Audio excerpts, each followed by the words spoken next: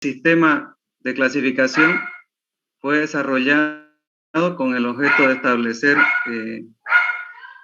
una conveniencia en material para el uso en la construcción, sobre todo, como ya le comenté, carretera, ¿no? Caminos de comunicación terrestre, y básicamente nos permite determinar la calidad relativa del suelo para todo lo que tenga que ver con terraplenes, subrasantes y base, ¿ya? Todo lo que sea mejoramiento de camino. Entonces, en este sistema, ¿ya? La clasificación lo divide los suelos en 7 grupos, ¿ya? Son los suelos inorgánicos, son 7 grupos. Viene desde el A1 hasta el A7. Siempre considerando el grupo A1 en mejor calidad de suelo, ¿ya? Normalmente usando para la subrasante materiales bien graduados, compuestos por arena y grava, contenido y con algunos contenidos de limo que pueden servir como agentes cementantes o que sirva para su compactación. Y ya los suelos que son orgánicos A8, ¿ya? Estarían fuera de la clasificación de los inorgánicos. Dentro de esos grupos hay también subclasificaciones que ya vamos a ir viendo.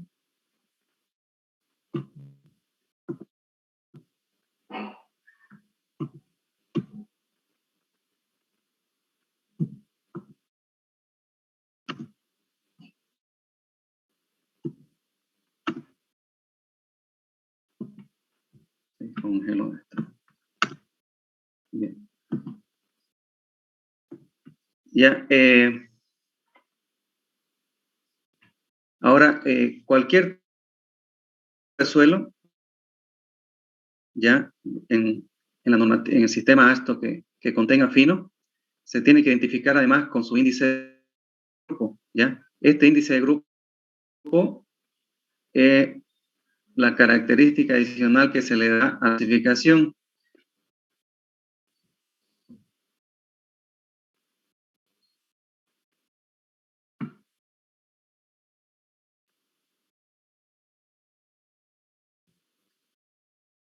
Ya, este índice de grupo, mientras menor es el número, significa que es de mejor calidad, y si es mayor ese número, entonces es un suelo de menor calidad. Este sistema de clasificación ASTO se basa en los criterios de los porcentajes de malla en los tamices 10, 40 y 200, ¿ya? En los límites líquidos, el índice de plasticidad, y los sobretamaños normalmente no se consideran dentro de esta clasificación, vale decir, digamos.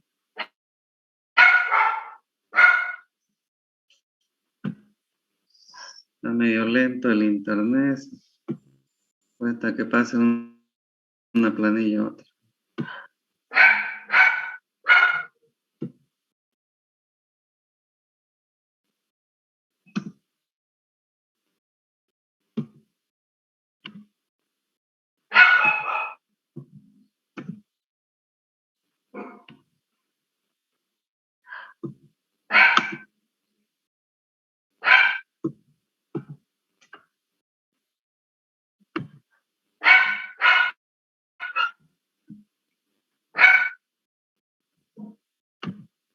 Ya. Está muy lento el internet, van a disculpar, se ralentiza mucho. ¿Se escucha así bien el audio? Sale entrecortado, ingeniero. Sí, es el problema que ahorita está el internet parece que está medio bajo y está costando que las imágenes agarren cierta velocidad. Ya. No, estábamos hablando del tema del sistema ASTO, ¿ya? Estamos hablando del índice de grupo, ¿ya? La clasificación que se realiza se completa siempre con este índice de grupo, ¿ya? Y esto nos permite caracterizar mejor un suelo dentro de los grupos que existen, ya que estos suelos admiten, digamos, diferentes tipos de porcentaje de fines y plasticidad. Entonces, el índice de grupo, hay esta expresión, sirve para calcular, ¿ya? El índice de grupo es F-35, que multiplica a 0.2 más 0.005, y este indicador multiplica límite líquido menos 40, más toda esta expresión 0.01 F menos 15, que multiplica al índice de plasticidad menos 10. F, que viene a ser, es el peso que pasa el tamiz número 200, ¿ya? Inferior a 75 milímetros pequeño de tamiz, expresado en número entero. Para hacer esta fórmula siempre se usan números enteros, no decimales. Así que si hay decimales, siempre se va al inmediato superior o al inmediato inferior. Si es que el decimal no alcanza para subir uno más, entonces se agarra el menor, pero siempre en fracción entera. El límite líquido es el L y índice de plasticidad. Si es que este valor de índice de grupo nos diera negativo en su resultado final, siempre se va a colocar como 0. ¿Okay? No se pone en negativo, tiene que ser 0. Y como ya le decía, este índice de grupo siempre, después de caracterizar el suelo, después que se caracteriza el suelo de acuerdo al sistema ASTO, entre paréntesis se coloca el índice de grupo. ¿Ya? En este caso, digamos, si era 0, se pone 0. O el valor que corresponda en números enteros se coloca aquí. ¿Ok?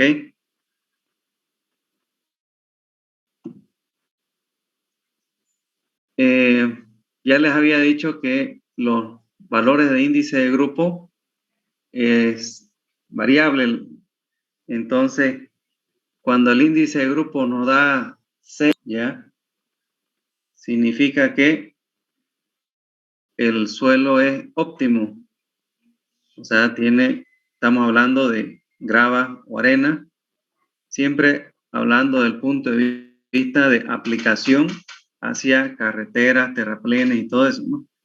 El índice de grupo que tenga un valor de 20 significa un suelo malo, ¿no? Y debe ser evitado. Si es que nos topamos en alguna obra con un tipo de esto, se hace normalmente cambio de suelo, porque va a perjudicar la obra y no va a tener la calidad que se requiere. Ahora, estos son los extremos, tenemos valores intermedios, digamos, si es que da entre 0 y 4, normalmente son valores de suelos granulares. Entonces, cuando uno tiene un índice de grupo entre esos valores, ya uno tiene en mente de que están hablando de suelos granulares. Ahora, ese índice de grupo puede salir también entre 1 y 12. Si sale en ese rango, estamos hablando que ese suelo tiene presencia del limo, ¿ok? Y si es que ese índice de grupo está entre 1 y 20, entonces podemos tener presencia de suelo arcilloso. Ya van a ver en la tabla cómo se va clasificando para ir encasillando cada uno de estos valores hasta más o menos darle ya la clasificación final. La determinación de este índice de grupo ya se basa siempre en los límites de Atterberg, porque fíjense que toma en cuenta el límite líquido, el índice de plasticidad, como parte de su formulación. Entonces, hay otra fórmula también que se usa bastante, que es esta fórmula empírica, porque sabemos que los límites de Atterberg se han determinado en base a ensayo, y a esa infinidad de ensayos es que Atterberg definió los límites, que eso ya lo vimos en la clase de los límites de Atterberg, cómo fue que determinó cada uno de los límites. a medida de prueba de laboratorio. Entonces, esas son metodologías empíricas hasta llegar a un determinado análisis y determinados valores. Entonces, esta fórmula se basa también en eso. Esta es la fórmula empírica, ¿sí?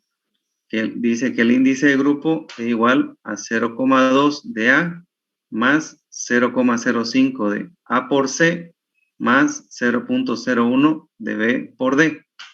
Todos estos son factores que ya están, como decía, de muchos ensayos realizados, es que determina, digamos, se determina esta formulación. Pero ¿qué son A, B, C y D? El A ya es el porcentaje de material que pasa el tamiz 200, ¿ya? Pero que tiene un porcentaje menor a 35, ¿ya? Y no mayor que 75. Entonces, su rango, si es que fuera menor o igual a 35, va de 0, y si fuera mayor o igual a 75, es 40, ¿ok? Esto lo van a entender mejor cuando hagamos la clasificación. El B es el porcentaje del material que pasa el tamiz 200, ¿ya? Pero el rango aquí varía. El rango es de 15 a 55. Entonces, si es menor a 15, se coloca 0. Y si es mayor a 55, se coloca 40. ¿Ok? Ese es el rango. Si cae intermedio de estos dos rangos máximos y mínimos, entonces ya va a tener una valoración entre 0 y 40. Pero fíjense que los valores del A va a ser de 0 a 40. No puede haber un 45, un 42, un 41 aquí. Máximo 40 y mínimo 0. Ese es el rango para estos dos valores, tanto para el factor A como para el B, que está aquí.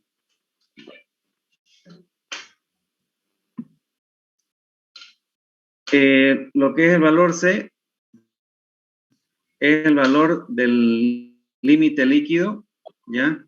Este valor C del límite líquido también está en un rango, tiene que ser, si es menor a 40, ese es menor o igual a 40 y hasta un valor de 60, ¿ok?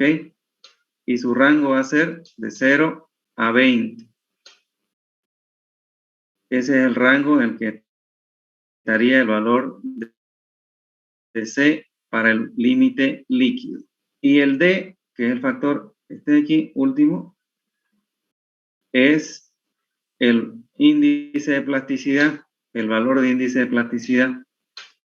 Para un valor menor que 10, ¿ya? Y un rango mayor o igual al 30%. Si los valores de índice de plasticidad están entre 10 y 30, entonces su rango va a estar de 0 a 20. Fíjense que si da menos de 10, le colocamos 0. Si da mayor a 30, se le coloca 20. Entonces, y si da entre medio, vamos a encontrar el valor intermedio que va a salir de 0 a 20. ¿Ok? Entonces, con esas consideraciones, nosotros vamos a encontrar el índice de grupo para cuando nos toque hacer una clasificación de acuerdo al sistema AST.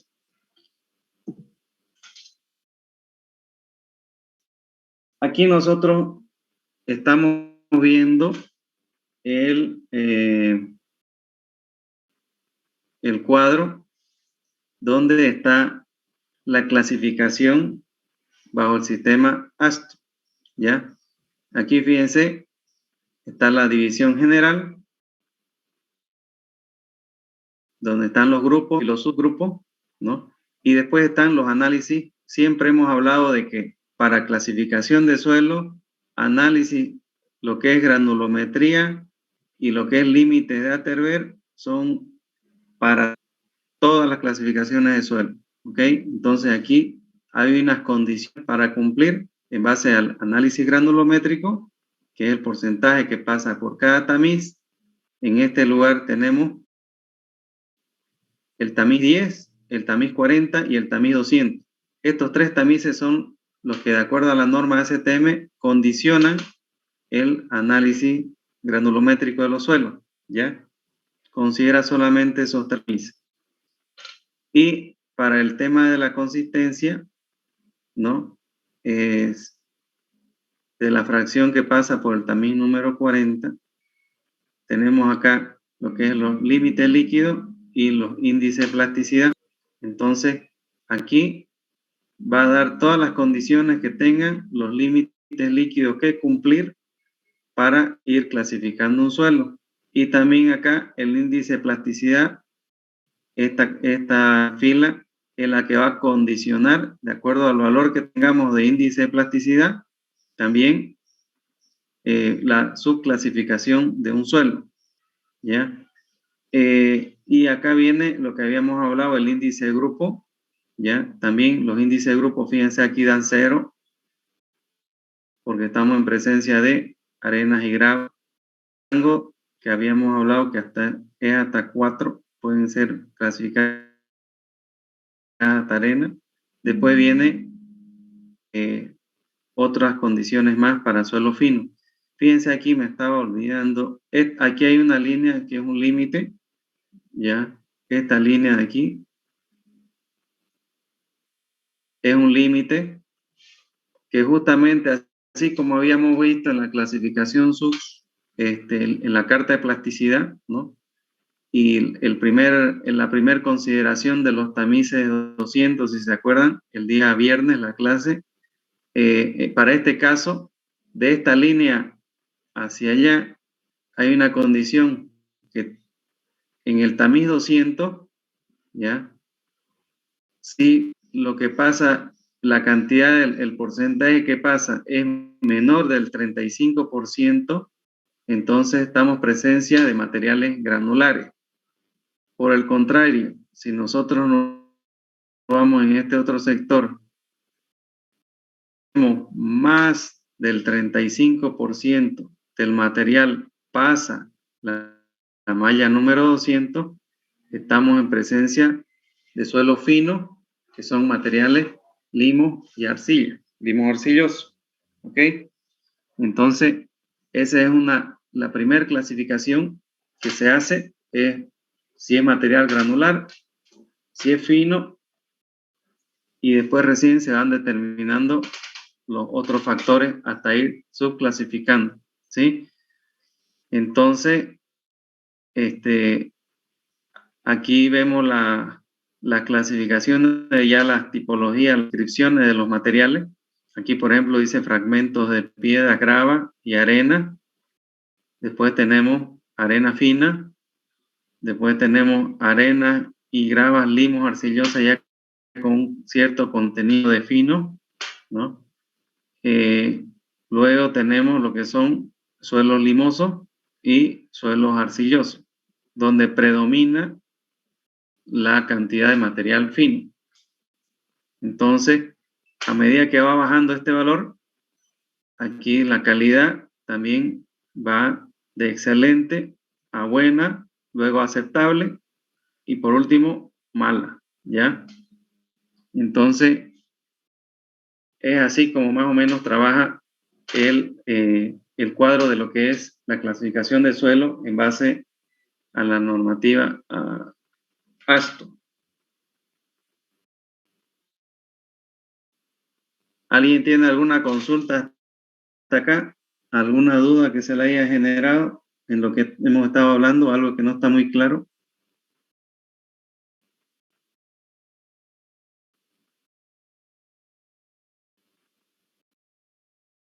Está bien, ingeniero. Bien. Ok. Bueno, vamos a hacer eh, un, un ejemplo, ¿ya? Para que quede claro lo que es la clasificación de suelo bajo esta normativa. que con este ejemplo van a quedar más claros en base a la explicación teórica que se le ha mencionado. Se puede ver, ¿no? Ahí la pantalla. Sí, se ve. Bien. Aquí tenemos lo siguiente. Resulta que tenemos este suelo, ¿ya? Con estas características que nos ha dicho la malla número 4 tiene esto, la número 40 y la número 200. Y de acuerdo al laboratorio, límite líquido, límite plástico. ¿Ok? Entonces, como dentro de lo que nos pide la tabla para subclasificar, tenemos el índice plástico que no está acá como dato y también el índice de grupo que tampoco está acá. Pero nosotros podemos con estos datos encontrar esas incógnitas más para poder determinar y hacer una clasificación de suelo de acuerdo a la normativa ASTI. ¿Ok?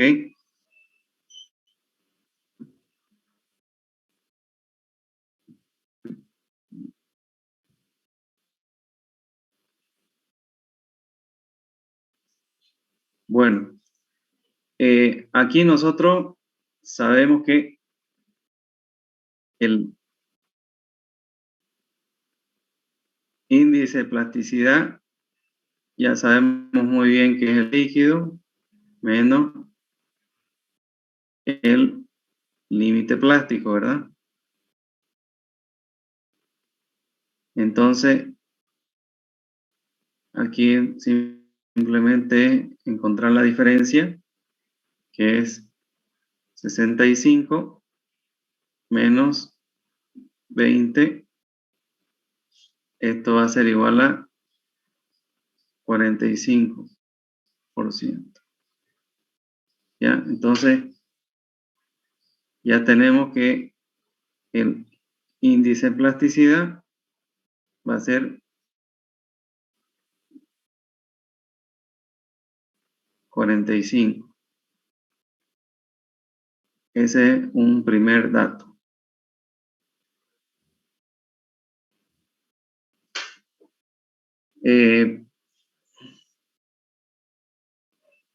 Ahora,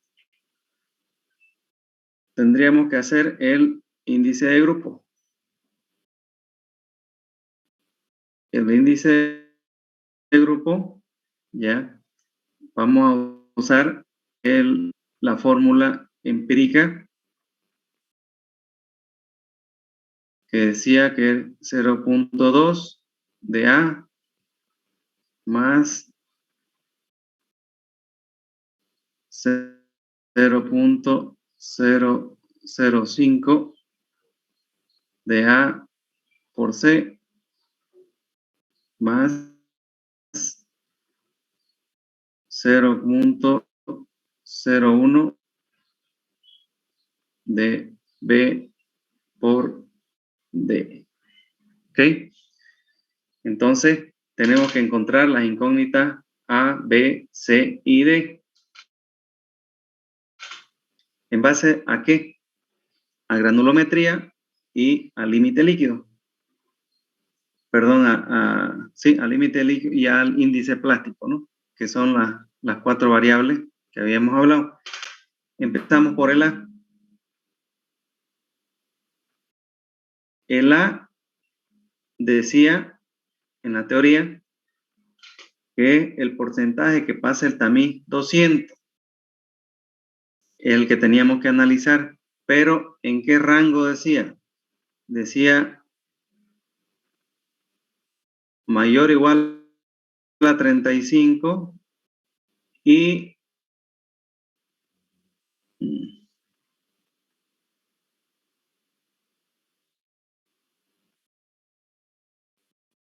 está muy fea esa red.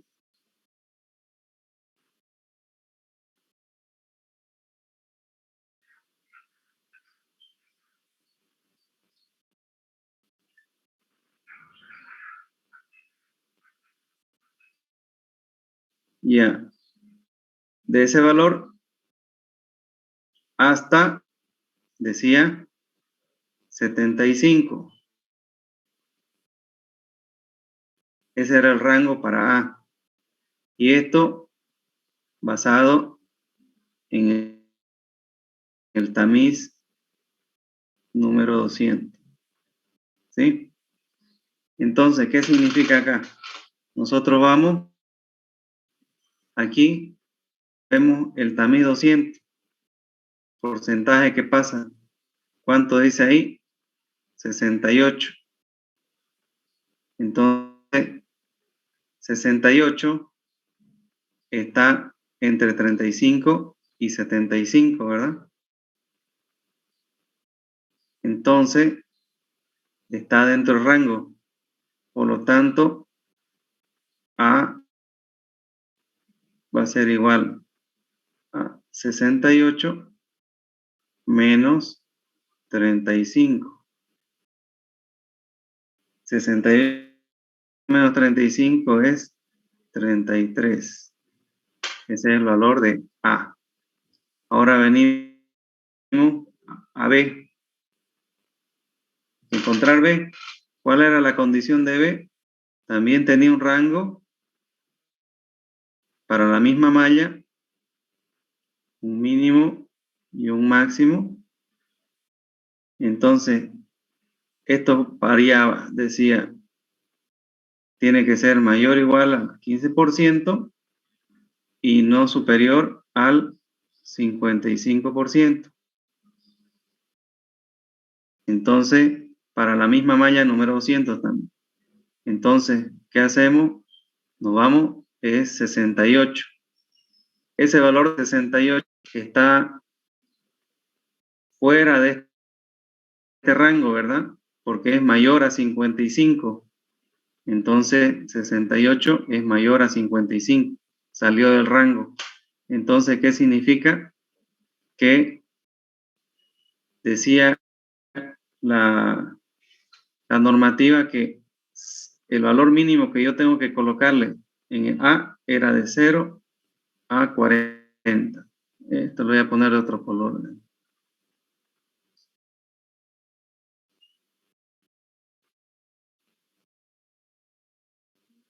Aquí me decía la norma que el primer valor tiene que ser mínimo 0 y el máximo 40. No puede ser.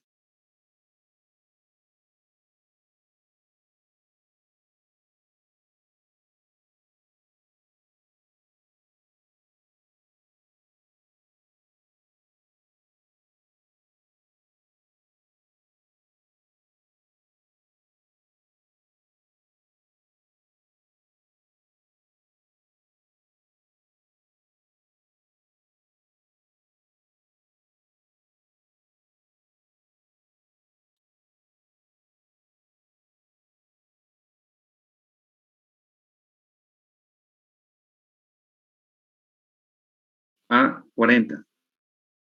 Ya dijimos por qué el rango se sale el número 68, que el porcentaje que pasa es mayor a 55. Entonces B se asume el máximo que es 40. Fíjense que aquí como el valor dio intermedio de estos dos, se hace la resta. 68 menos 55 y da un valor entre medio de 35 y 75, que es 33 para A. B es este rango, entonces se asume el 40. ¿Qué pasa si este valor fuera menor a 15? Digamos que fuera a 10. Entonces, si es menor a 15 y mi resultado fuera 10 acá, a este valor B le correspondería 0. ¿Ya? Entonces, mínimo 0, máximo 40. Ese es el rango. ¿Y por qué de 0 a 40? Porque fíjense que ese es el rango que dan de los porcentajes. 75 menos 35 es 40. 55 menos 15 es 40. Por eso es que el rango es 0 a 40. ¿Ok? Y son los valores mínimos y máximos que tener estas variables. Luego tenemos C, ¿ya? El C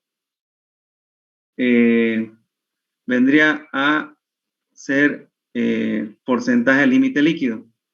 Entonces aquí tenemos, en base al límite líquido, un rango que decía tiene que ser mayor o igual a 40 hasta, esto también porcentaje, hasta 60. Entonces dice que si es menor o igual a 40, debemos colocarle un valor de 0. Y si es mayor o igual a 60, tiene que ser 20. ¿Por qué 20? Porque 60 menos 40 es 20. Si yo tengo un valor de límite líquido superior a 60, le corresponde el máximo, que es 20. Y si es menor a 40, le corresponde el mínimo, que es 0. Ese es el rango ya que tenemos que manejar. Entonces, C, ¿cuánto sería? ¿Alguien me podría decir cuánto es el C? De acuerdo a la lógica que hemos estado hablando.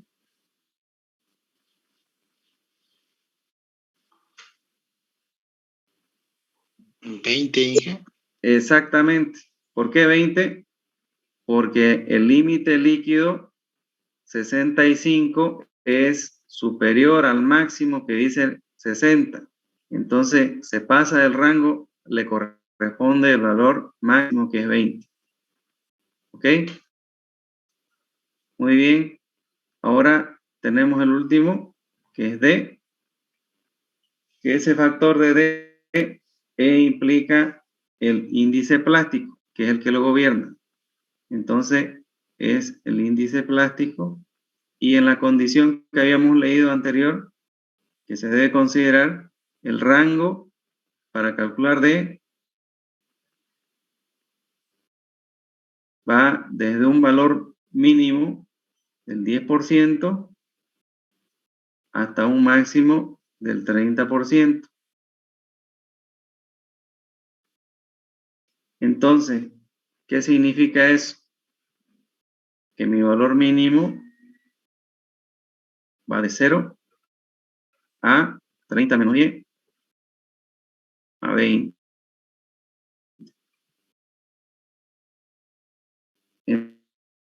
Entonces, en base a eso, ¿cuánto sería mi valor de D? Alguien que diga.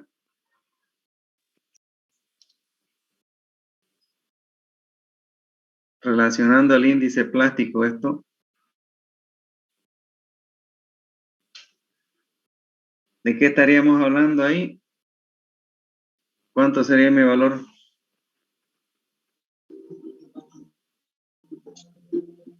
¿Nadie? ¿Serían los 20, ingeniero? 20, ingeniero. Exactamente. ¿Por qué 20?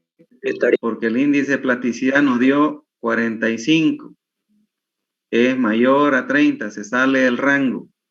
Entonces le corresponde el máximo valor, que es 20. ¿Se entiende bien cómo sacar A, B, C y D? ¿Les ha quedado claro?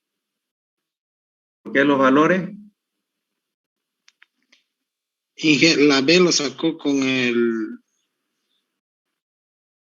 tamiz 200 igual. ya. Ambos son con el tamiz. Ambos aquí le voy a colocar también. Ambos son con el tamiz 200, solo que cambian los rangos, ¿sí? Hay una diferencia en los rangos, pero los dos son con la malla 200, porcentaje que pasa. ¿Ok? Ya, gracias. ¿Alguna otra duda? Consulta.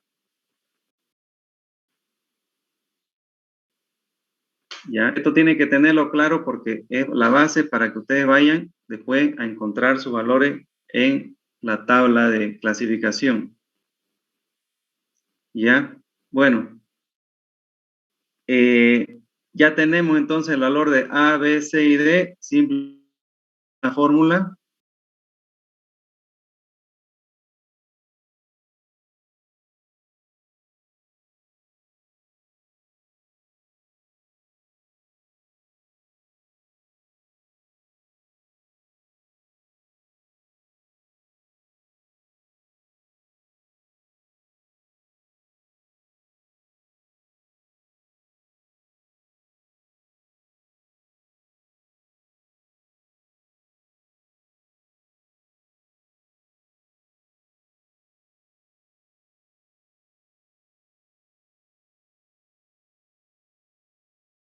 20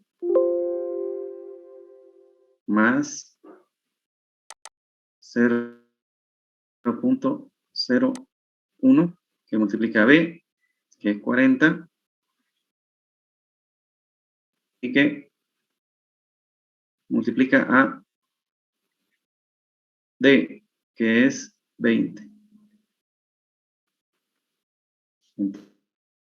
Entonces, metiendo todo eso a la calculadora, me da un valor de 17.90.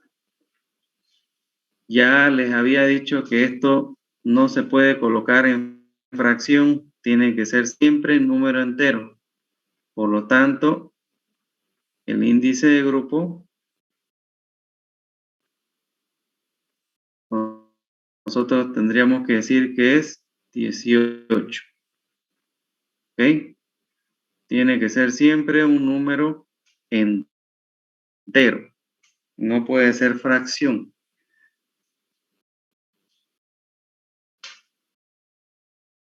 ¿Hasta ahí se entiende?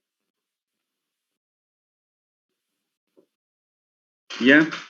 Entonces, con estos datos ya nosotros tenemos todos los elementos para poder entrar a la tabla de clasificación. ¿Ya? Aquí esta tablita. Entonces, ¿qué es lo que vamos a hacer como primer paso? El primer paso es determinar si estamos en presencia de un material grueso o fino. Y eso eso pasa con respecto a la malla 2.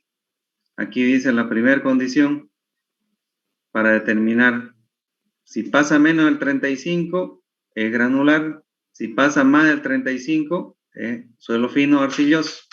En nuestro caso estaríamos nosotros. Alguien que me diga,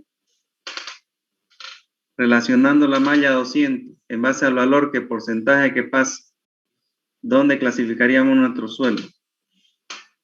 ¿Como suelo fino o suelo grueso? Fino. Fino, ¿verdad?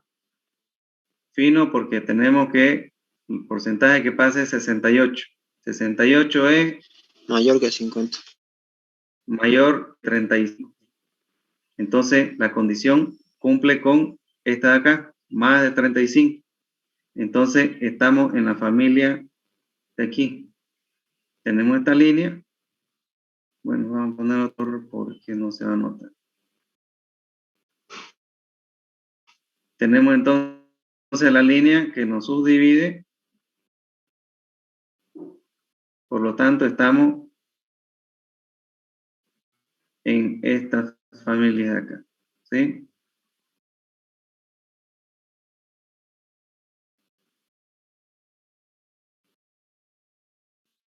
Entonces, ahí estamos en esta clasificación. Ahora, ¿qué más? Pero eso solamente nos dice que es un suelo fino, nada más. Después tenemos que irnos a las subclasificaciones para ver de acuerdo a lo que hemos encontrado. Fíjense, por ejemplo, que aquí hay una condición del índice de grupo, ¿verdad? Entonces yo digo, mi índice de grupo es 18. Entonces, pues 18, ¿qué pasa aquí? Nos vamos al cuadro índice, a la fila índice de grupo. Índice de grupo, aquí dice un A4, su índice de grupo es menor a 8. No, yo tengo 18, entonces no cumple porque tengo más que esto, por lo tanto descarto este material, ¿ok? Porque no cumple condición. Después nos vamos al siguiente. Dice, este suelo A5, el índice de grupo tiene que ser menor o igual a 12. Hoy tengo 18. Resulta que 18 es mayor a 12, entonces no es menor. Por lo tanto, no cumple esa condición, automáticamente descarto este suelo. ¿Por qué? Porque no me condición índice de grupo.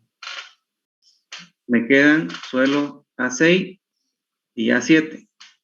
El A7 se subdivide en dos familias, el A7-5 y el A7-6, dependiendo de la cantidad y los porcentajes de limos o arcillas que tenga. Entonces,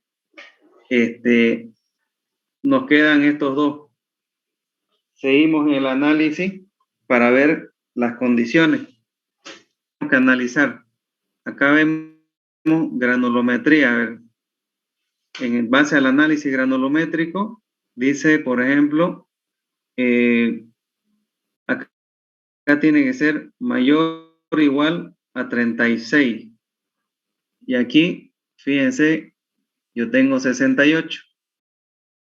Entonces, como 68 es mayor o igual a 36, cumple todas las condiciones de granulometría de estas dos familias y estos dos subclasificaciones.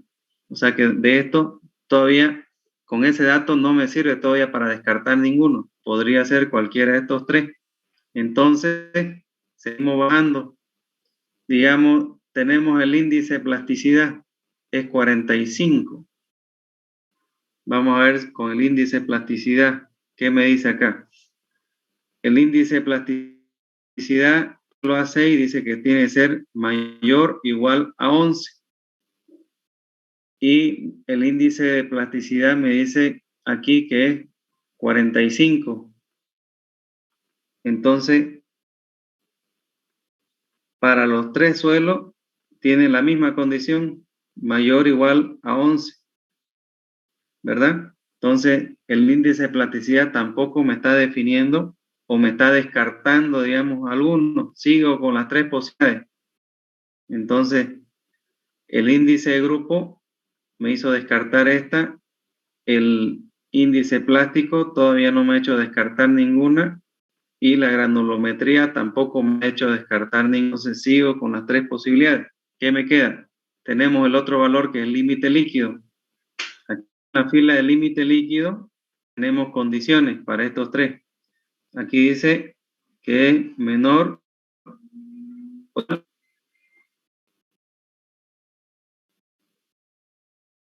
a 40.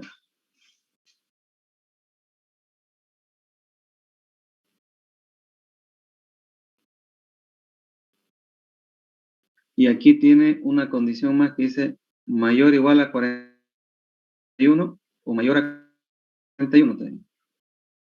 Entonces aquí tenemos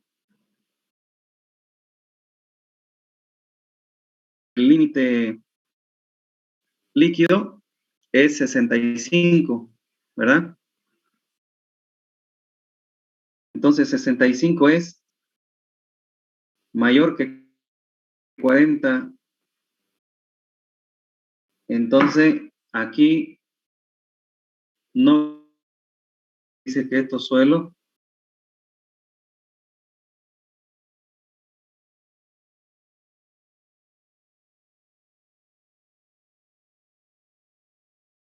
por lo tanto se descarta este suelo porque ya no cumplió esto. Pero acá tengo a la familia dos subdivisiones, dice que mayor o igual a 41. Tengo estas dos posibilidades. Entonces, porque ambas cumplen, porque 65 es mayor, entonces tengo de las dos. Pero fíjense que aquí, en esta letrita, no sé si se llega a leer esto. En el cuadro más grande seguramente lo van a ver mejor o se ve de donde están ustedes. Esa condición chiquitita que se ve ahí. Esa condición chiquitita que se ve ahí dice índice de plasticidad igual dice al límite líquido menos 30. Y ese valor debería ser cumplir esta condición. ¿Ya? Entonces, ¿qué es lo que tenemos que hacer? De acuerdo a esto, de acuerdo a esa formulita que dice ahí, límite líquido menos 30. Entonces, yo tengo límite líquido de 65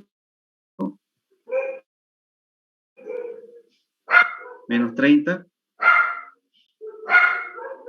Eso es 35, ¿verdad?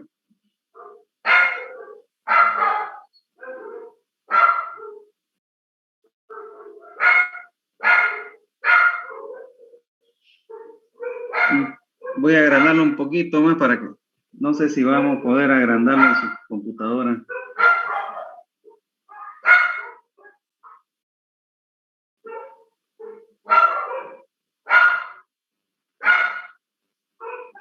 Ya, en este primero, la condición dice agrandándolo, ese valor dice que ese índice de plasticidad tiene que ser menor que el límite líquido menos 30. Y para la otra, para el que está aquí al ladito, esa condición dice que tiene que ser mayor al límite líquido menos 30. Entonces, este valor nos ha dado, el límite líquido menos 30 nos da 35. 35. ¿Cuánto es el índice de plasticidad? Es 45. Significa que el índice de plasticidad es mayor que ese valor. ¿Se entiende? Esta condición límite líquido menos 30 nos da un valor de 35. Ese valor de 35, que es la condición, tiene dos posibilidades: que esa resta sea mayor al índice de plasticidad o sea menor al índice de plasticidad. Entonces, 35 es menor a 45, ¿verdad? Porque el índice de plasticidad es 45 y esta diferencia nos da 35. Comparamos con el índice de plasticidad, ¿esa diferencia es mayor o menor? Entonces, significa que el índice de plasticidad es mayor, porque 45 es mayor que 35. Estamos entonces en esta condición de aquí, ¿ok? Esta condición es la que corresponde a la caracterización A76. Esto que está en chiquitito es esto de aquí. Es que no se ve muy bien. Por eso lo tuve que agrandar para ver este número mejor, estas letras. En el cuadro grande ahí lo bien, solo que aquí lo reduje para poder hacer los números y los ejercicios, ¿ya? Entonces, por esta condición descartamos este, ¿ya? Y por lo tanto descartamos esta subdivisión. Y al final, como esta sí cumple con todas las características, nosotros decimos que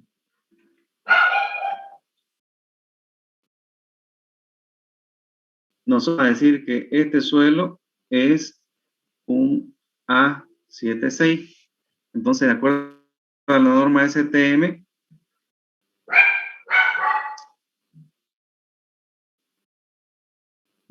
norma STM, decimos que este suelo es un A76.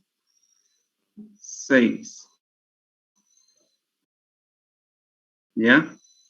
Y por último, se tiene que escribir siempre su índice de grupo, que es 18. Entonces,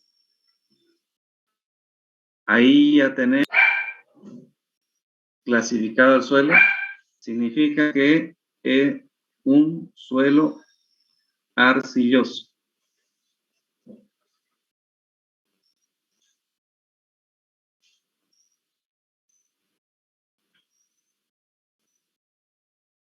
Y como habíamos visto que si el índice de grupo, mientras más alto sea, ¿qué decía?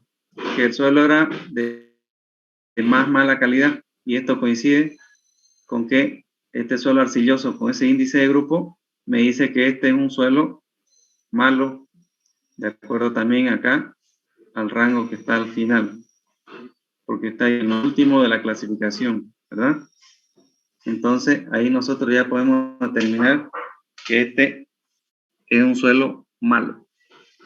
¿Se entendió esto? ¿Algo que no haya estado, alguna duda?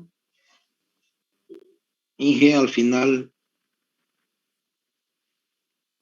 Sí, ahí al tengo final que en donde dice límite líquido es menor a 30 y esa parte es la parte donde estaba explicando la última. ya, esta parte aquí, ¿no? Sí, así es. Ya, lo que pasa es que fíjense que el suelo A7 tiene dos subgrupos, ¿ya? El A75 y el A76. Entonces, nosotros con todos los valores que teníamos acá, hemos ido a descarte, ¿verdad? Entonces, hasta que nos quedaron estos dos. Y fíjense que estos dos, tanto por el límite líquido, por el índice de plasticidad, por el índice de grupo, por granulometría, encajaban los dos grupos exactamente iguales. Hasta lo último no sabíamos nosotros a qué subgrupo íbamos a definir este suelo. Entonces, por eso es que hay la última de las condiciones ahí para ya derimir, digamos, cuál es el tipo de suelo, da esa condición ahí, esa condición que está ahí. Entonces, ¿qué dice esa condición? Como todos los otros parámetros me cumplen y todos están iguales, entonces yo no sé si es A75 o A76. El que va a dirimir y me va a decir al final cuál es el tipo de suelo es esta condición que dice que el índice de plasticidad, el valor del índice de plasticidad, si cumple esta condición que es menor al valor del límite líquido restado 30, ¿ya? O el índice de plasticidad es mayor a esta condición, el límite líquido menos 30. Entonces, ¿qué es lo primero que yo hago? Hacer esa resta. Al límite líquido le resto 30. Límite líquido es 65. Entonces me dice, ¿qué tengo que hacer? Tengo que restarle 30. Entonces, 65 menos 30 me da 35. Entonces, esta resta, límite líquido menos 30, me da 35. Y ahí recién yo hago la comparación. Muy bien. Esta resta me dio 35. Para ambos casos, el valor es 35. Ahora, ¿qué tengo que decir yo? ¿Es mayor que el límite plástico, que el índice plástico o menor que el índice plástico? Entonces voy y miro, ¿cuánto es el índice plástico? 45. Entonces yo digo, ¿45 es mayor a 35? Sí. Entonces, índice plástico mayor que esa relación. Esta de aquí, porque aquí esta relación me dice que el índice plástico es mayor que esta resta. Entonces, y este no cumple. Entonces, como este no cumple, esta condición corresponde al A75 y como no cumple, por eso la estoy tachando y automáticamente tacho esa clasificación de suelo y como este otro cumple con todas las condiciones y con todo lo que hemos encontrado acá, por lo tanto yo asumo y digo, señores, este suelo es A76. Ya, eso es, digamos, eso es lo que estamos haciendo. Y al final se le coloca el índice de grupo entre paréntesis y se denomina de acuerdo a cómo está aquí. ¿Se entendió esa parte? Ahora sí, ingeniero, lo entendí, gracias. Ya. ¿Alguien más tiene alguna duda?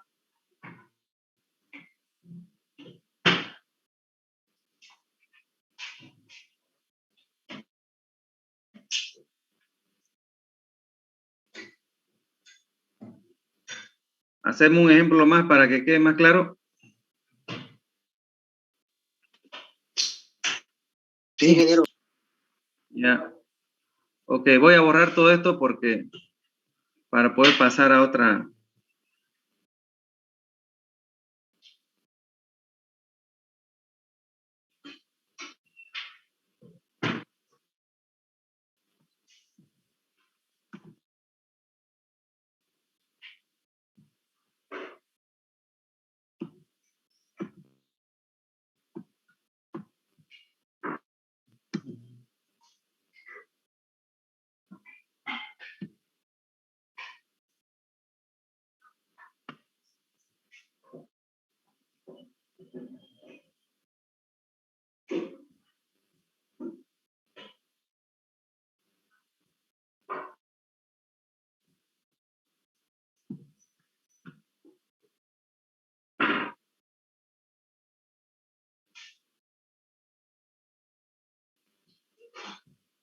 Ya. Ahora sí, estamos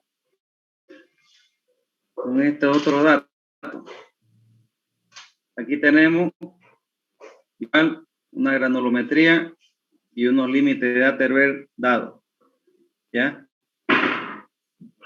Entonces, aquí fíjense que ya la diferencia que nos dan, el índice de plasticidad ya está acomodado, no hay que calcular. Y la granulometría.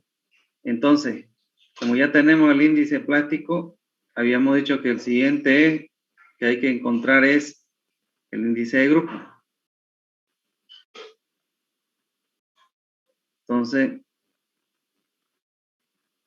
el índice de grupo, vamos a cambiar de...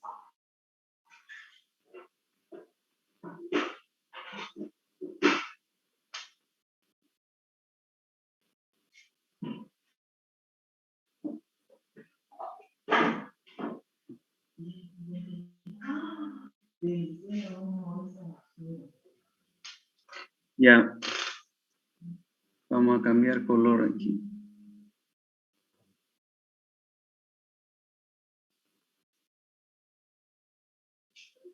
Tenemos que encontrar índice de grupo.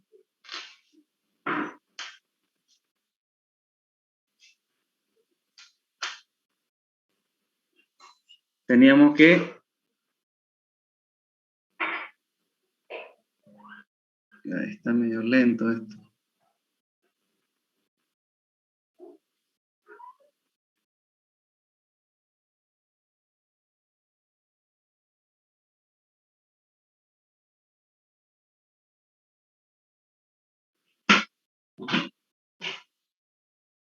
Ya.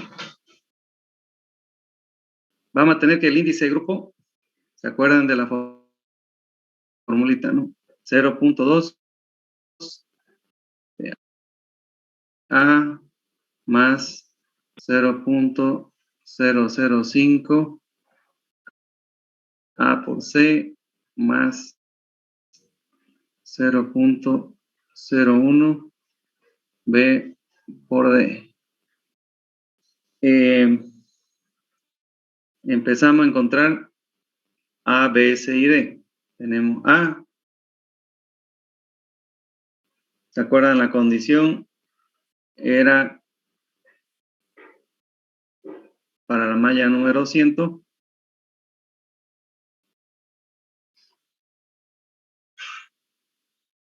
Estar entre 35 y 75. El valor de B. Lo mismo, solo que el rango era del 15 a 55.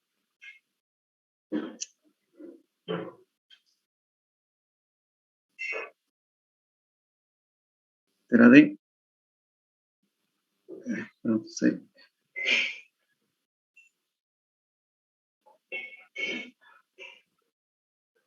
C tenía que relacionar, esto igual era el TAMI 200. Esto era el límite líquido, que su rango iba de 40 a 60 Y por último D, que el índice plástico, que su rango era de 10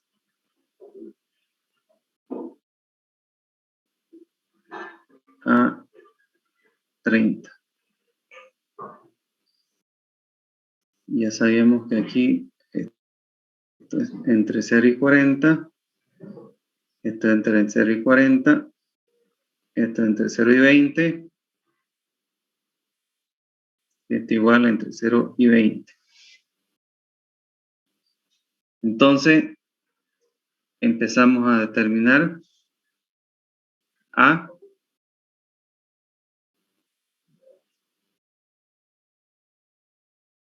Fíjense que A, ¿cuánto es la malla 200? 8 dice, ¿no?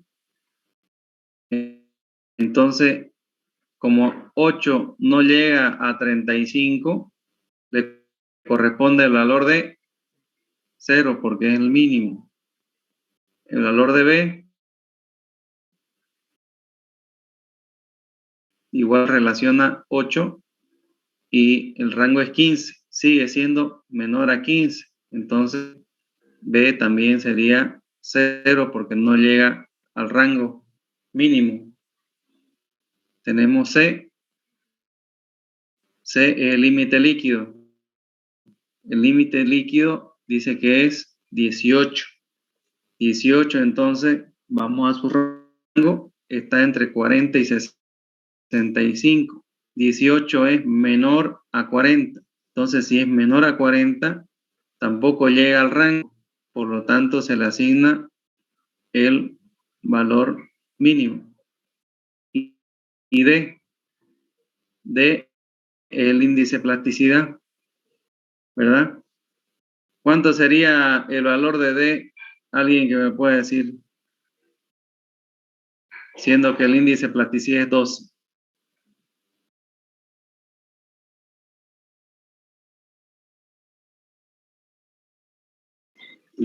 20. No.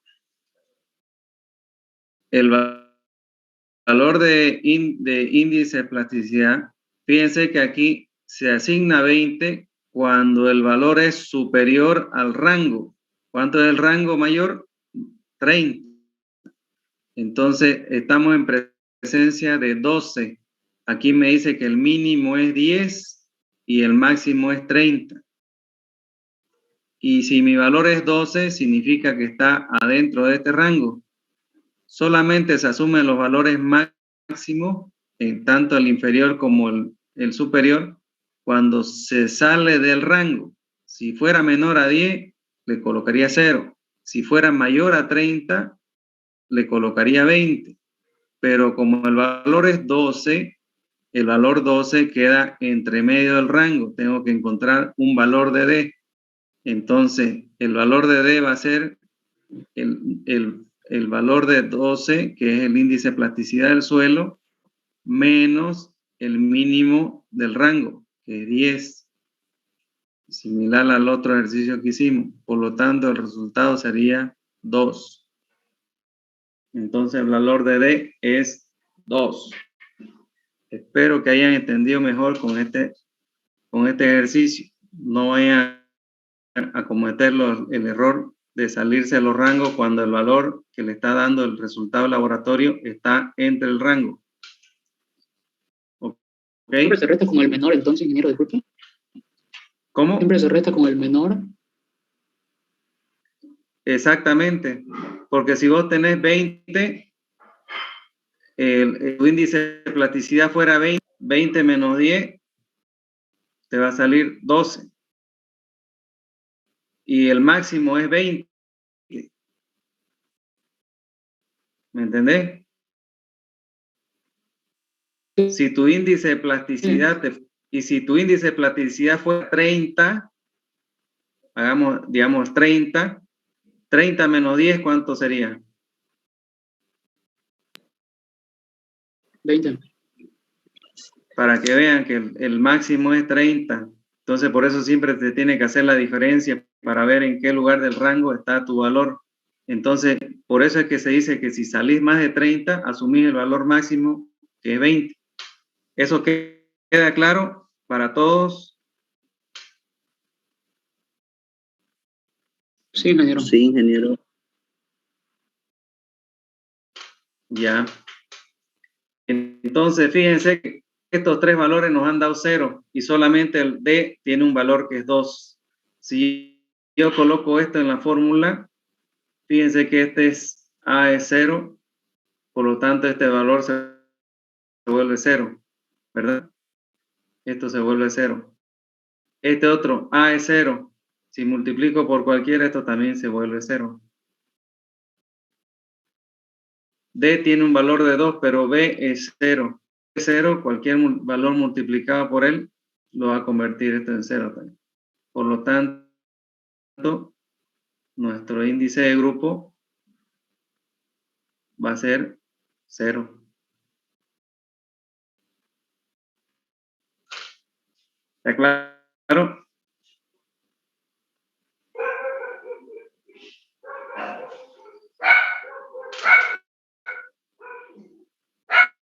Bueno, de paso. Si ya tenemos granulometría, tenemos límite líquido, índice platicea y índice de grupo. ¿Qué corresponde hacer ahora? ¿Recuerdan el primer paso ya para entrar a la clasificación?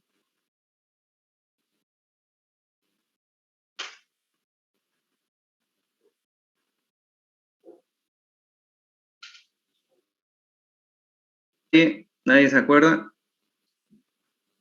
Ver si es un material fino o grueso, ¿no? En función a lo... Exactamente. Entonces, lo primero que tenemos que ver qué familia está. Fíjense, ¿y en base a qué? Al porcentaje que pasa el TAMI 200. ¿Cuánto nos dice aquí? 8. 8 es menor o mayor a 35. Entonces, es menor. Por lo tanto, estamos dentro de la familia de los materiales gruesos, granular. Así que vamos a estar ahora en este otro rango. El anterior salió fino, ¿verdad? Entonces, estamos en este lugar. Entonces, ya sabemos que nos quedan, sabemos que estamos dentro de materiales granulares. Ahora tenemos que saber si es un A1, un A2 o un A3, que es la familia de los suelos granulares. Entonces, empezamos. Índice de grupo, tenemos 0, ¿verdad?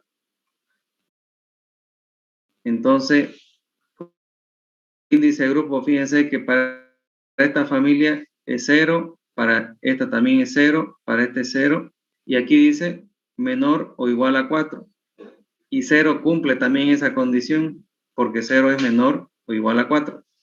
Entonces, por índice de grupo, no puedo descartar ninguna de las familias. ¿Ok? Entonces, nos vamos al granulometría. Acá tenemos granulometría.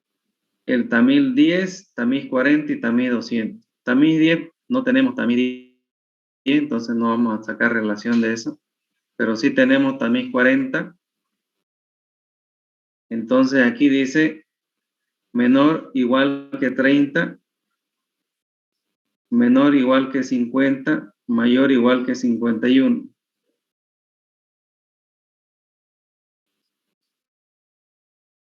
Entonces, ¿cuánto es el porcentaje que pasa en TAMIL 40? 30. Entonces, 30 dice es menor igual a 30. Entonces, este cumple esta condición porque es igual a 30. Este otro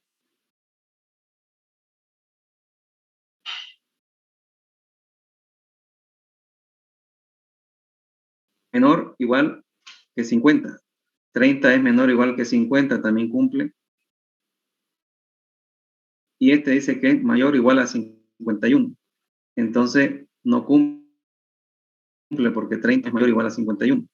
Entonces, como no cumple esta condición, entonces descartamos la familia de los A3. ¿Ok? Entonces, esto ya no vamos a analizar. ¿Qué viene después? El tamiz número 200. Aquí, el porcentaje que pasa, aquí es 8. 8 es menor o igual que 15. Cumple. Menor o igual que 25. Cumple. Menor o igual que 35. Menor o igual que 35. Entonces, todo esto cumple. Venimos al índice de plasticidad. Índice de plasticidad dice que es 12. Índice de plasticidad dice este suelo A1 es menor o igual que 6. 12 es menor o igual que 6. No, ¿verdad? Es mayor. Por lo tanto, no cumple esta condición. Y como esta condición es para las dos subfamilias del A1, automáticamente se descarta todas las A1 junto con sus dos subgrupos. ¿Ok? Entonces, continuamos y nos quedan los suelos tipo A2 con sus diferentes subgrupos. Entonces, digamos con él, estamos en el índice de plasticidad 12, dice. El índice de plasticidad es 12. Aquí dice que es menor igual que 10 y este también menor igual que 10. 12 no es menor igual que 10, es mayor. Por lo tanto, estas dos condiciones no están cumpliendo estos dos subgrupos. Así que descartamos A24 y descartamos A25. Y en estos otros dice que es mayor que 11. 12 es mayor que 11, cumple las dos condiciones. O sea que nuestro suelo es A26 o A27, cualquiera de esas dos, porque ya me está cumpliendo todas las condiciones de granulométrica, las condiciones de índice de grupo, las condiciones de índice de plasticidad. Ahora vamos a ver el tema del límite líquido. El límite líquido, ¿qué dice? El límite líquido es 18. Entonces, aquí dice que el límite líquido para la condición de este subgrupo tiene que ser menor o igual que 40. Y para esta otra dice tiene que ser mayor o igual que 41. 18 es menor o igual que 40 y no es mayor o igual a 40. Por lo tanto, este suelo no cumple la condición. Y como no cumple la condición del límite líquido, se descarta este subgrupo. Y al final, el que cumple con todas las características, datos que hemos tenido, es un suelo A26. ¿Ok? Por lo tanto, nosotros vamos a decir que el suelo que tenemos, de acuerdo a la clasificación ASTM, es un suelo A26. Y por último, siempre hay que colocar el índice de grupo entre paréntesis. En este caso es 0. ¿Ok? Entonces, esta sería nuestra clasificación de acuerdo a la norma ASTM y estamos en presencia de arenas porque la clasificación A2 son arenas y de acuerdo a las características de los límites de Atterberg son arenas arcillosas.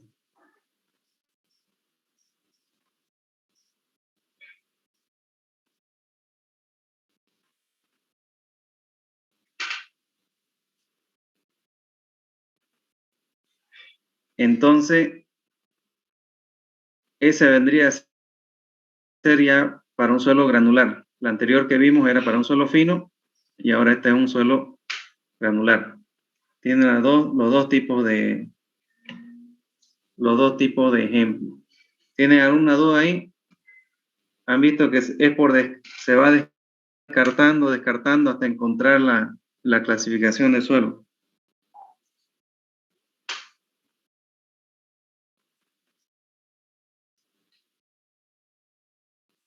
¿Alguna duda?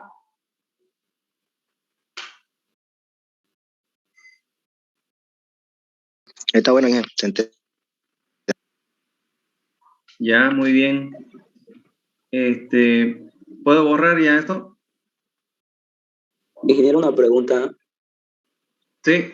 ¿Cómo puedo saber que un suelo sea de baja comprensibilidad o alta comprensibilidad? Eso ya son con análisis de laboratorio. Ahorita lo que estamos viendo es la clasificación en base a las características, digamos, que se le da. Ahora, ¿se acuerdan que estábamos viendo las anteriores clases cuando estábamos viendo las propiedades físicas, todo lo que eran las relaciones gravimétricas, volumétricas de los suelos, los ensayos de laboratorio, lo de compresibilidad y todo eso? Entonces, ahí es donde se determinan los análisis de suelo. Ahora, aquí nosotros estamos clasificando en base a una normativa donde solamente te va a dar una característica de ese suelo, pero nunca se hace, digamos, un estudio de suelo en base a un solo dato. Aquí, por ejemplo, se tiene que ayudar con el muestreo físico, con un perfil estratigráfico, se tiene que complementar con un sondeo de repente, digamos, SPT, porque eso te da la resistencia de capacidad portante del suelo. Entonces, no es que con una tabla vas a tener la clasificación y vas a determinar todas las características del suelo. Todo esto que hemos estado viendo son complementarios. Todo se tiene que hacer, o sea, desde el tema 1 que hemos visto hasta este tema, fíjense que todo va interrelacionado. Entonces, todas esas características son las que te van a dar al final la condición del suelo y todas esas características adicionales.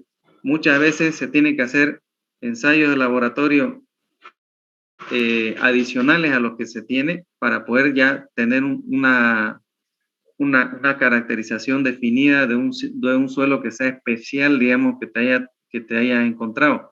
Entonces, inclusive suelos orgánicos o suelos que tengas que hacer cambio de material, digamos, si encontrar un suelo muy malo, en vez de estar perdiendo plata haciendo laboratorios de compresibilidad o alguna cosa, muchas veces se determina el cambio de material. Entonces, más fácil es retirar ese suelo malo, si ya sabes que es malo, y poner uno que sabes que es bueno, que son lo que llamamos los materiales de préstamo, ¿no? Entonces, son varios los factores, no es que una tabla te va a definir específicamente, todo se complementa y todo se tiene que hacer.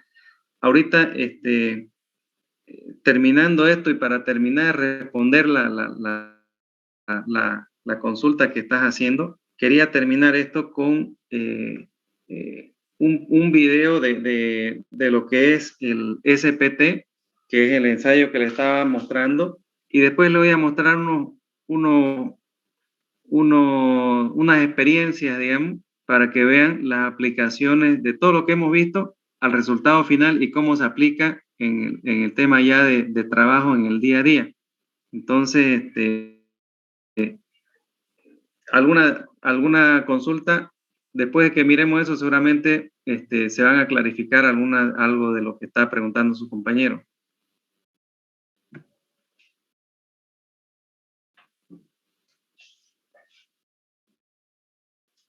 ¿Puedo borrar esto o hay alguna pregunta adicional?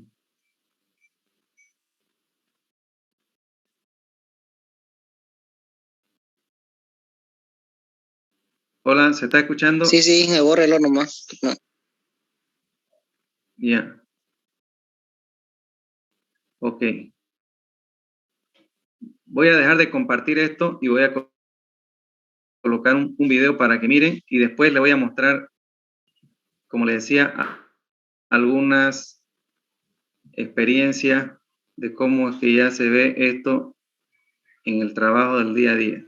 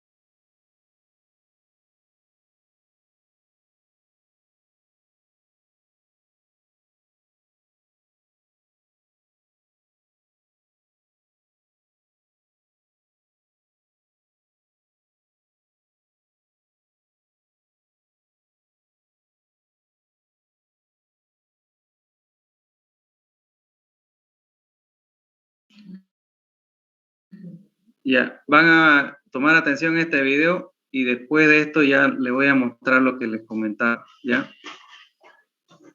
Si hay algún problema del video o el audio, avisan, por favor.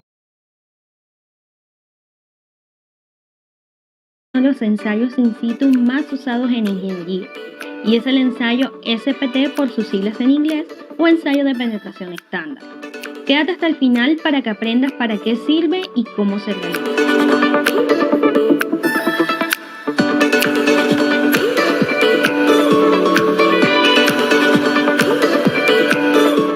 Empecemos por definir qué son los ensayos in situ.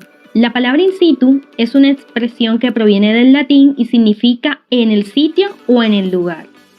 Entonces, los ensayos in situ se pueden definir como una serie de técnicas que permiten caracterizar mecánicamente las capas que componen el subsuelo a través de mediciones realizadas en el propio medio natural, es decir, en el lugar donde se desarrollará nuestro proyecto. Número de ensayos de este tipo y los parámetros medidos por cada uno de ellos es distinto. En este video nos enfocaremos en el ensayo de penetración estándar conocido como SPT. Este ensayo tiene casi 100 años y podemos decir que es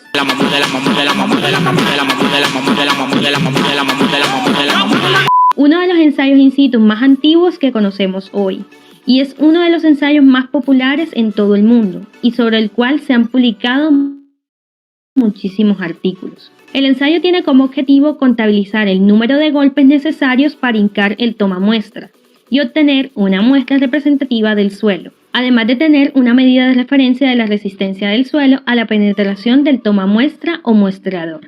Adicionalmente, este ensayo nos permite determinar la ubicación y espesor de los estratos de suelo, ubicar el nivel freático de agua, obtener muestras de suelo para caracterizarlas posteriormente en el laboratorio, obtener una medida de la resistencia a la penetración en suelos no cohesivos y poder definir o predecir algunos problemas que puedan generarse durante o después de la construcción. Este ensayo se encuentra reglamentado por la norma ACTM D 1586. Para desarrollar el ensayo necesitaremos los siguientes elementos: un equipo de perforación de potencia y características adecuadas que permita ejecutar con éxito el ensayo. Indica algunos elementos satisfactorios para el avance de la perforación. Te invitamos a revisar la normativa de tu país.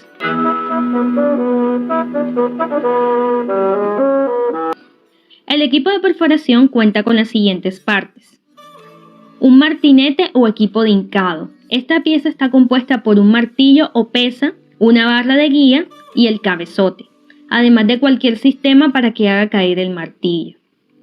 Consiste en una pesa de aproximadamente 140 libras o 63.5 kilogramos, la cual al caer proporciona la energía necesaria para efectuar el muestreo y la penetración.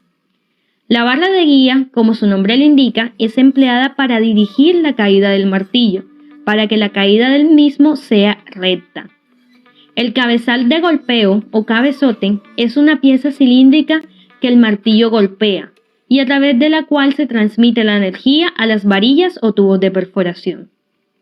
Las barras de perforación, también conocidas como varillas o tubos de perforación, son elementos empleados para transmitir hasta abajo la fuerza y el giro a la broca de perforación. También está compuesto por poleas que van en la parte superior y sostienen el martinete, sogas o cables que se amarran al martinete y pasan sobre la polea para que éste ascienda y descienda. El malacate de rotación es un dispositivo que tira la soga o cable y acciona el movimiento vertical del martinete.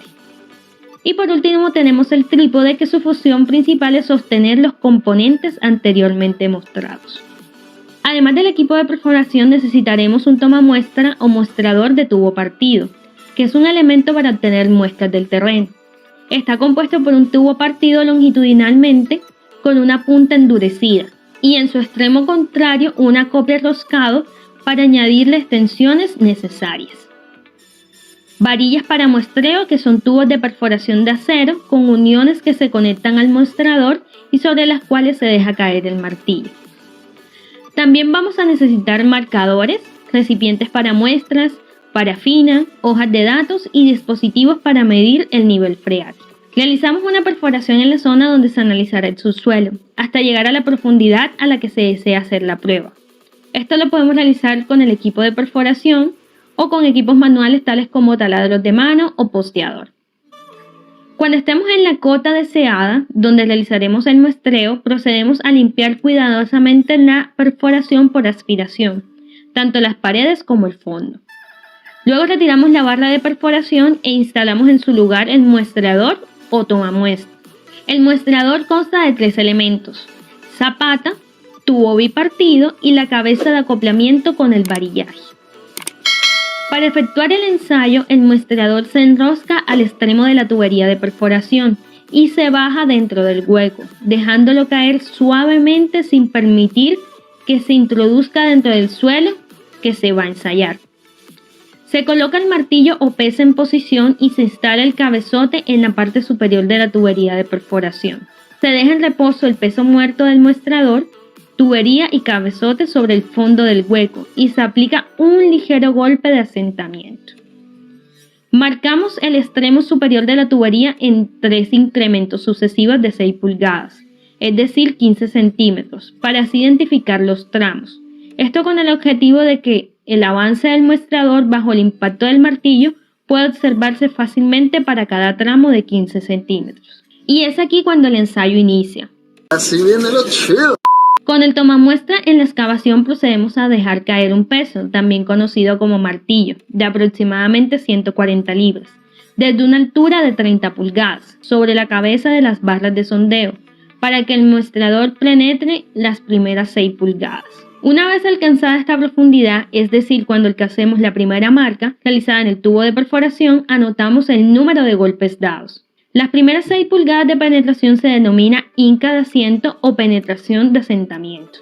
Luego hincamos el muestrador 6 pulgadas más y anotamos nuevamente el número de golpes y continuamos el hincado hasta completar los 45 centímetros o 18 pulgadas, contando siempre el número de golpes necesarios para hincar cada tramo de 6 pulgadas. En algunos casos, teniendo en cuenta que el tomamuestra tiene una longitud de 60 centímetros, es decir, 24 pulgadas, es muy frecuente hincar mediante golpeo hasta completar dicha longitud, con lo que se tiene un resultado adicional. Pero este valor no está normalizado, así que medirlo solo tiene una función meramente indicativa. Hay que tener en cuenta que los datos registrados en el primer hincado no se deben tener en cuenta, y te contamos por qué. En el caso del primer hincado, podemos tener datos no tan precisos por la posible alteración del suelo o derrumbes en las paredes del sondeo. Si decides completar el ensayo hasta los 60 centímetros, este último dato no se tiene tampoco en cuenta, ya que es posible que tengamos una sobrecompactación del suelo producto del ensayo. Por esta razón, solo se consideran las lecturas de los tramos de 15 a 30 centímetros y de 30 a 45 centímetros. Una vez realizada la hinca, se extrae la muestra abriendo longitudinalmente la cuchara y se coloca en un recipiente hermético y lo marcamos, indicando a qué obra corresponde, el número de sondeo, ya que es probable que hagamos varios, el número de la muestra, la profundidad, el número de golpes. También debemos registrar el porcentaje de recuperación o la longitud de la muestra recobrada. Una breve descripción de la muestra donde indiquemos color, estratificación, condición, etc. En todo momento las muestras deben estar resguardadas de los cambios de temperatura hasta su llegada al laboratorio para la determinación correspondientes.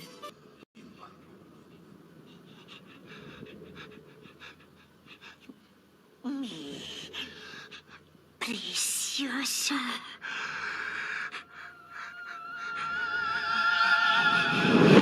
Para calcular el número de golpes, como te mencionamos anteriormente, consideramos los tramos centrales de 6 pulgadas o 15 centímetros, que sumados nos dan el número de golpes del ensayo SPT o la resistencia a la penetración estándar. Para calcularlos usamos la siguiente expresión.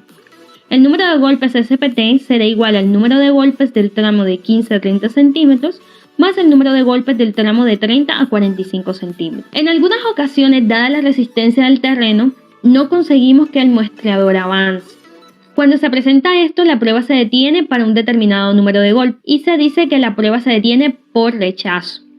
Anotamos la penetración realizada y el número de golpes correspondiente precedido por la letra R, lo que nos indicará que en este tramo tuvimos el rechazo por parte del suelo. Y no quiere decir que se descartan los datos. Esto lo que nos indica es que el suelo es tan fuerte que no permite el avance del tomamuestra. Yo soy inevitable. La pregunta del $1.000.000 es ¿cuándo finaliza el ensayo? Pues la norma CTM 1586 indica que la prueba se puede dar por finalizada en los siguientes escenarios. En el primero, cuando se aplican 50 golpes en cualquiera de los tramos de 6 pulgadas que se consideran en el cálculo y el tomamuestra no registra avance. Cuando se aplican 100 golpes en 2 incrementos, es decir, 2 tramos de 6 pulgadas. Cuando no se observa penetración alguna para 10 golpes sucesivos del martillo. En este caso en específico se recomienda insistir un poco más, pues puede tratarse solo de una grava gruesa. Si después de insistir no se logra avanzar en la penetración, damos por finalizado el ensayo.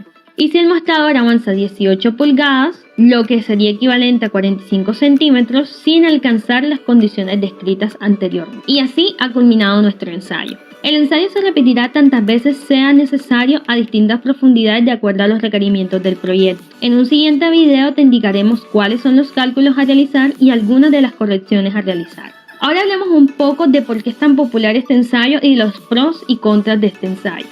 Dentro de los beneficios podemos destacar que es sencillo y muy económico, además de su versatilidad, ya que podemos aplicarlos en muchos tipos de suelo, especialmente en terrenos de grava y arena. También se puede emplear en rocas blandas y meteorizadas. Otra ventaja es que nos permite realizar un reconocimiento geotécnico del terreno y está disponible en todo el mundo. Otra gran ventaja es que podemos determinar otros parámetros a partir de correlaciones con los datos obtenidos en el ensayo. Con respecto a las desventajas, la muestra que obtendremos es del tipo alterada, así que solo puede emplearse para caracterizar el suelo. Por otra parte, no lo podemos usar en arcillas blandas y en suelos limosos. Algunos autores mencionan que se puede aplicar en estos suelos, pero si tienen una cohesión muy baja. En un siguiente video demostraremos el proceso de cálculo e interpretar los resultados. No olviden seguirnos en nuestras redes sociales.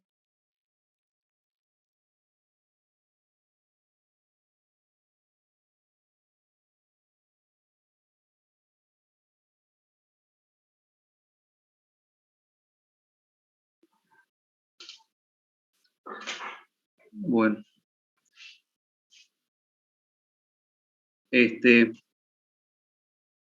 video que coloqué de SPT para complementar todo lo que habíamos visto en caracterización de suelo, porque con este ensayo SPT nos permiten hacer perfiles estratigráficos del suelo y determinar la resistencia, digamos, la capacidad portante de los suelos.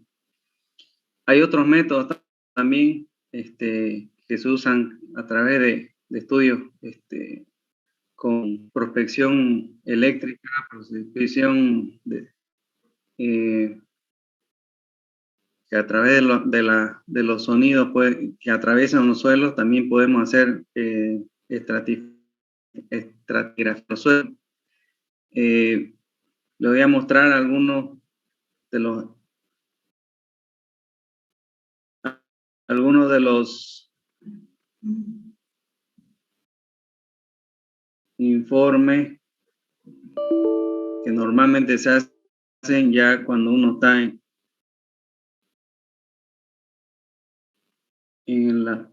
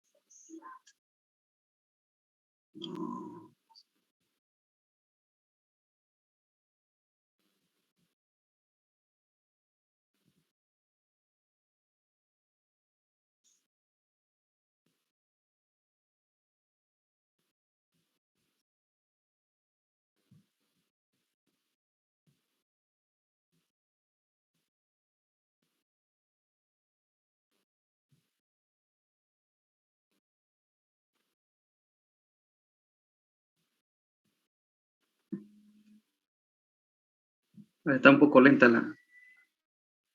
la señal del internet, está costando que levanten los archivos. Hola, ¿se escucha? Sí, ingeniero, se la escucha. Un segundo que se ha puesto lento esto.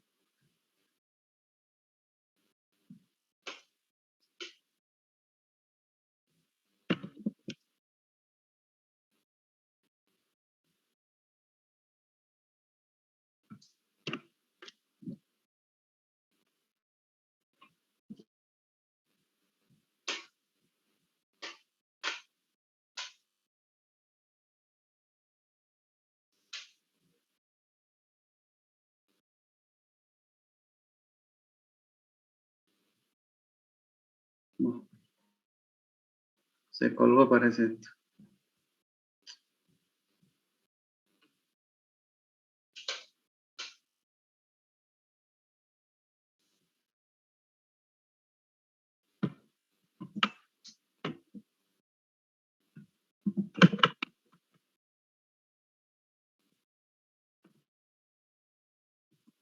Hola, ¿me escuchan? Sí, ingeniero. No se ve nada. Pues se ha colgado esto.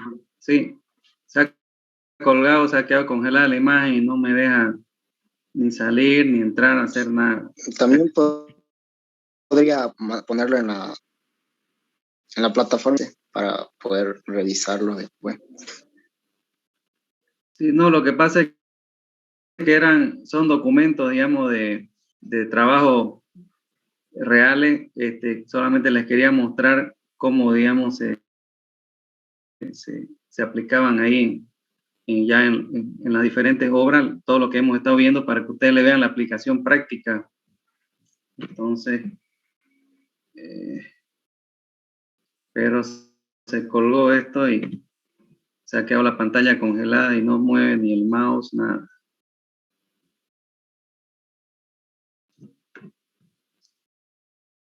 Voy a tener que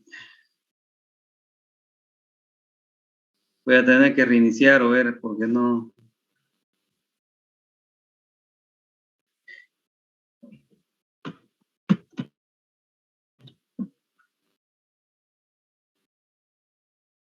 Hola.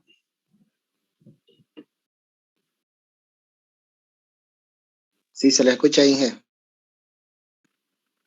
Ya, parece que voy a tener que reiniciar la máquina porque no da, se colgó, se quedó congelado esto y no se puede seguir.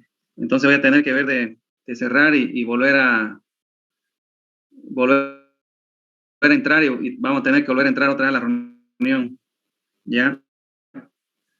Voy a